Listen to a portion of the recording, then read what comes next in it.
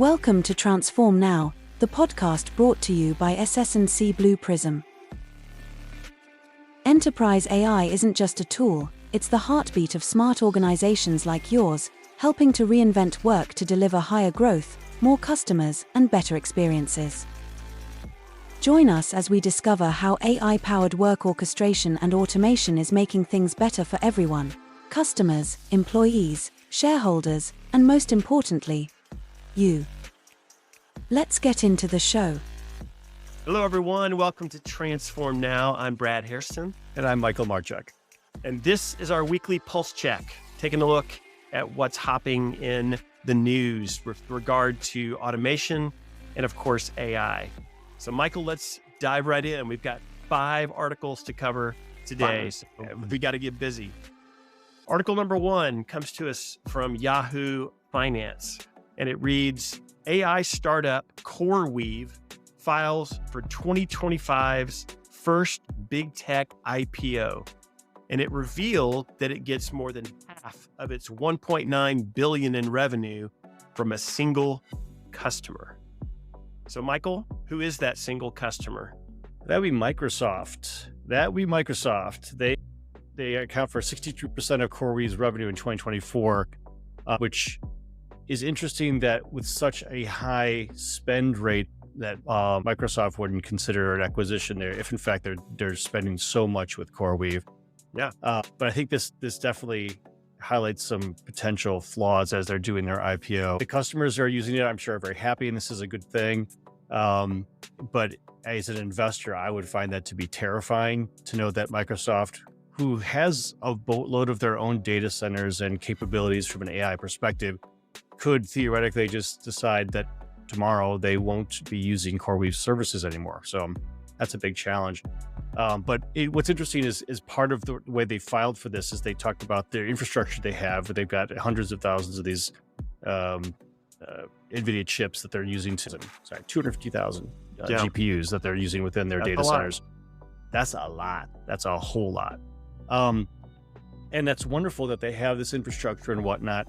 But this also highlights the fact that their finances, if you look at that from an ongoing business perspective, as much money as they're pulling in from Microsoft, they have a $163 million net loss for 2024, up from a net loss of almost $600 million in 2023. So, I mean, they're bleeding money in a very, very wild way here. So while they may have their revenues of $1.9 billion, which are up a lot because of Microsoft spend, it's great that you're pulling in more money, but if you're bleeding it all out, I'm not sure how long you can make that happen. So not sure this would be a great investment. So we don't give investment advice on this show, but if I were to give investment advice that anyone would follow, I would say, look carefully at this before you put $1 into it. Yeah. So I thought it was interesting also about their history. So they were founded in 2017, originally as a crypto mining company. And they started reading the tea leaves. They saw this increasing demand for data centers and for all the AI models that needed to be trained. And so they had a hard pivot only 2 years after their founding in 2019. And now their tagline is CoreWeave is the AI hyperscaler. I love that. You mentioned Microsoft is their big customer. They are backed by Cisco and NVIDIA. And they're targeting, with their IPO, a $35 billion valuation, which is also fascinating given their financial performance to date, as you mentioned, and the fact that they only have like 1,000 employees. So 1,000-person company that's looking to have a $35 billion valuation from the get-go. That's pretty staggering. It is. And I mean, this gets back to the whole funny business on numbers and what they're making now versus their potential future value and that sort of thing.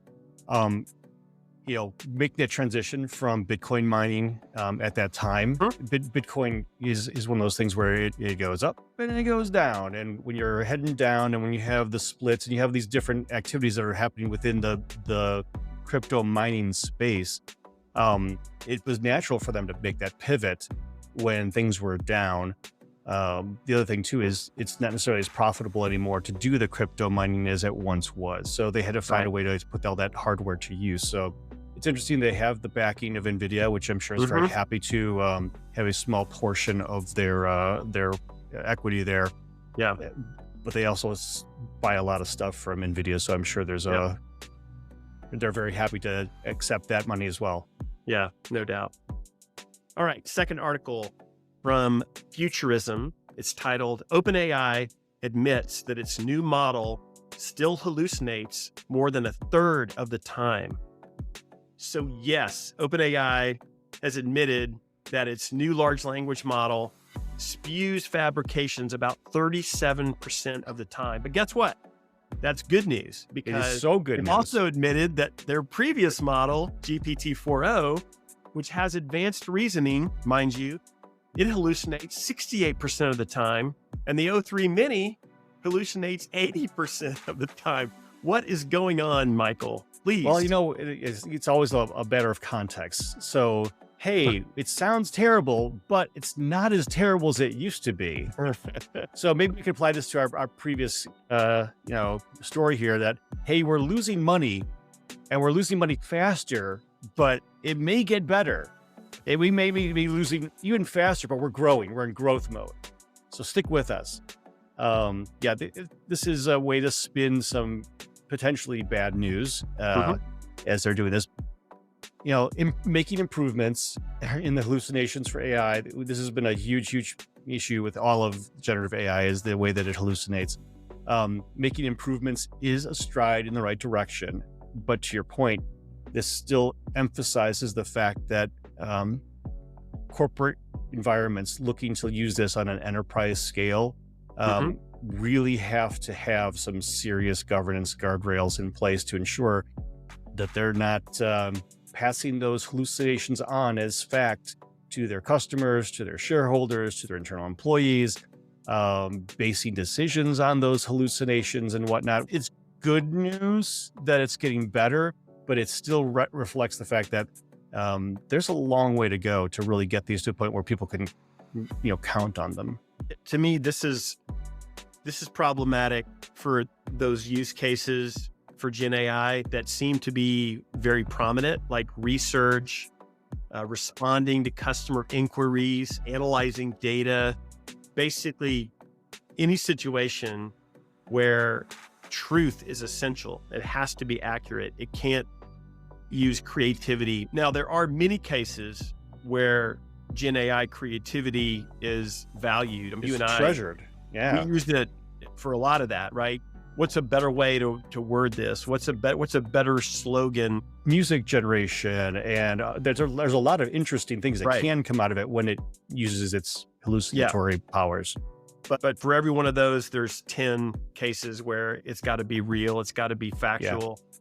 So I agree with everything you said about governance. I think also there's something to be read into the agentic AI conversation, because again, we're talking AI agents that are self-directed and develop their own path and leverage large language models on occasion to determine what they're going to do.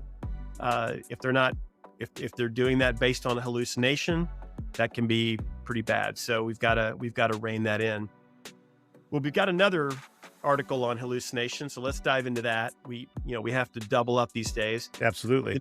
The next one's from 404 Media, and it's titled, "Judges Are Fed Up with Lawyers Using AI That Hallucinate Court Cases." So this article tells the tale of some attorneys in recent history that have cited cases that do not actually exist. They got them from large language models. Now, some judges are actually fighting back. They're actually applying fines or sanctions, as they call them, pretty stiff ones at that. So sort it out for us, Michael. Yeah. So last fall, this attorney decided that he would file a brief that had a number of citations that were, as you mentioned earlier, hallucinations. They were made up. And what's interesting about all this generative AI is it makes it sound very, very believable. So these hallucinations were very thoughtful in how they supported the case that he was making. Unfortunately, because the citations weren't actually real, the judge had a problem with that. So he did fine him $15,000 to maybe go back and think about how he's been doing this, his research. And I guess they found out that he had done this a couple other times on other briefs that he had filed as well. So this is something that, there's a potential where this could do some fantastic work. We can talk about the research. We just mentioned that. There is real benefit in this. However, there always going to have to be some kind of backing of real truth. Like, does this exist? Yeah. Am I citing something that exists, or am I citing something that sounds like it could exist but actually doesn't? So within all this reality, we've got so much in terms of legal court cases and legal precedents and other things that goes into the history books. And most of the research that's done by people now, it takes them so long to do this. Yeah. So applying AI actually makes a very good argument for this particular technology. We really does make a lot of sense. It has to be applied, though, in the right way. And obviously, this particular lawyer decided that he thought it was good enough and didn't want to go to the next step of actually checking his sources. So honestly, to me, this would be the same as if I gave a junior employee who'd never done this before the task of finding these types of citations and then not checking their work afterwards to see if in fact they had done it the right way or had the right citations there. So again, this completely lands on him for not only trusting it but also not checking it himself before he handed his work in. So yes. To wrap this one up, let me read a quote from the judge who ruled on this. It should go without saying that any use of artificial intelligence must be consistent with counsel's ethical and professional obligations. In other words, the use of artificial intelligence must be accompanied by the application of actual intelligence in its execution. I can only imagine the judge speaking as a parent to this lawyer as they were saying this. Ouch. That hurt. Yeah, that's a great quote. It is. Okay, let's move on. The next article, and this gets into workforce trends, workforce dynamics, which I know is a favorite overall topic for you, Michael. It is. This is perfect for you to break down. From The Atlantic, the article is titled, "The Job Market is Frozen." And the tagline beneath it, which is also worth mentioning, says, "Unemployment is low, but workers aren't quitting and businesses aren't hiring." So, Michael, have we transitioned from the great resignation to the great stay put or the great sit and watch? How would you categorize it? Well, the job market is frozen, but I'm not going to let it go. You'll let ChatGPT do that for you. You didn't get the pun there. It's frozen, but I'm not going to let it go. Oh, okay. Thank you. Anyway, I'll move on from that. So obviously that landed very flat. The transition from the great resignation that we had back in the 2021, 2022 timeframe, where businesses were scrambling to get any of their positions brought in, and they were hiring at salaries that were much higher than they expected, and people were demanding those salaries and getting them, making their transitions to these new jobs. The market was on fire at that point. Fast forward now, where we have tariffs that are causing issues with the economy, the inflation, which hasn't yet subsided. Companies are in a much more conservative stance when it comes to moving forward.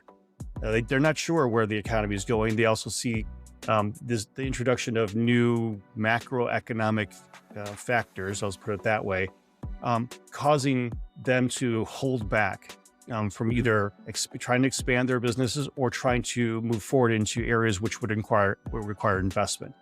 So while there are plenty of job openings that are currently being listed, and the unemployment level, at least here in the United States, where this is kind of identified, is still relatively low on a low scale.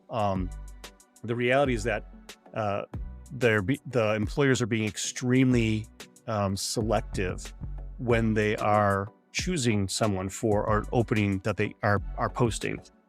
The second issue that this article brings up is that employees, at least those that aren't being let go from the federal government in waves, are choosing to stay in their job because they also feel that they can't make the transition elsewhere because they're hearing stories, or maybe they are trying themselves to make the transition to another company and are unable to. So there's a fear from the company side to hire. There's a fear from the employee side to transition anywhere else.